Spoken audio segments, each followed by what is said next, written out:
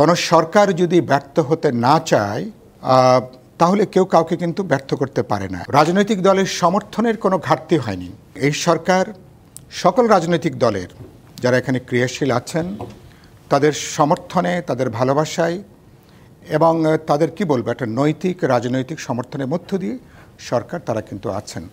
সরকারের সমালোচনা মানে কি তাকে সমর্থন না করা কিনা, আপনি কি মনে করেন? আপনার প্রশ্নের মধ্যে কিছুটা উত্তর আছে যে সরকারের সমালোচনা মানেই সরকারকে ব্যর্থ করা, এরকম একটা সরলীকরণে বক্তব্য রাখার এটার কোনো যুক্তিযুক্ত কোনো বক্তব্য না এবং এটা কোনো দায়িত্বশীল কোনো বক্তব্য না।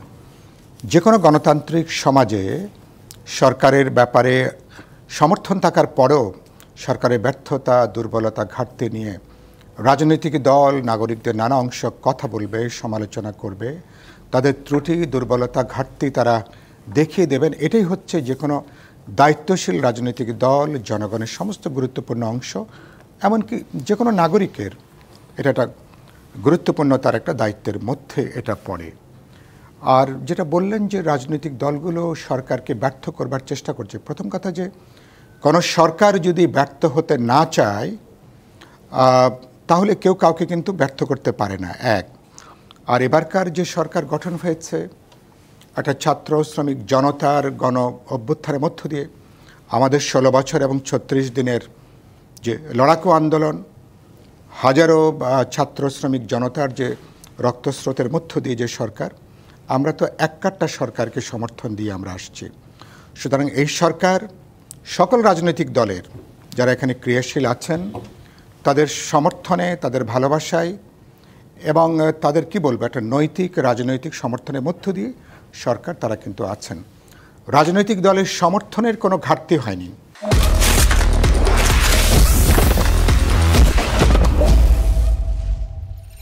বরঞ্চ সমস্যা তৈরি হয়েছে অন্যত্র, তৈরি হয়েছে সরকারের মধ্যে অনেকগুলো সরকার কাজ করে কিনা, প্রধান উপদেষ্টার নেতৃত্বে এক ধরনের সরকার, ব্যুরোক্র্যাটদের পাল্টাপাল্টি এক ধরনের সরকার মনে হয়, তাদের মানে ডিফারেন্ট কোনো এজেন্ডা নিয়ে তারা কাজ করেন।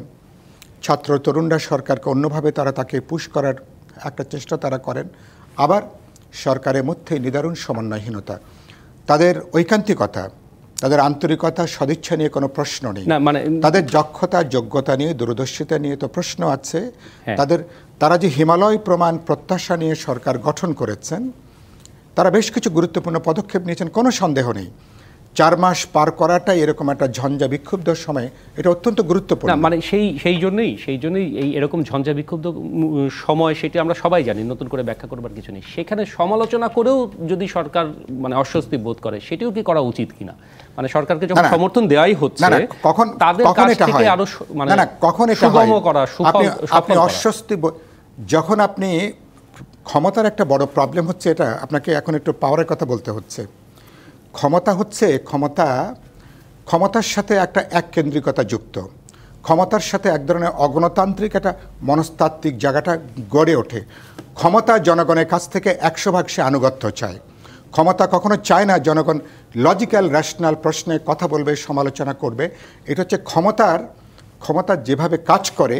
আর ক্ষমতা সবসময় জনগণকে, তার অন্য পার্টকে একটা ভয়, ভীতি, আতঙ্কের মধ্যে সে কিন্তু রাখে। এটা হচ্ছে দুনিয়াব্যাপী ক্ষমতার একটা সাধারণ একটা জায়গা।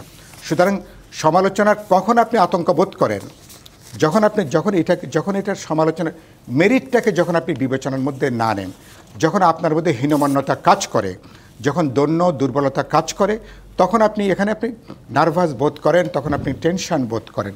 এটা তো আমাদের সরকার এটা। সুতরাং এই সরকার ব্যর্থ, বিপর্যয় হওয়া মানে আমাদের গণঅভ্যুত্থানের সাফল্যকে অনেকখানি প্রশ্নবিদ্ধ হওয়া।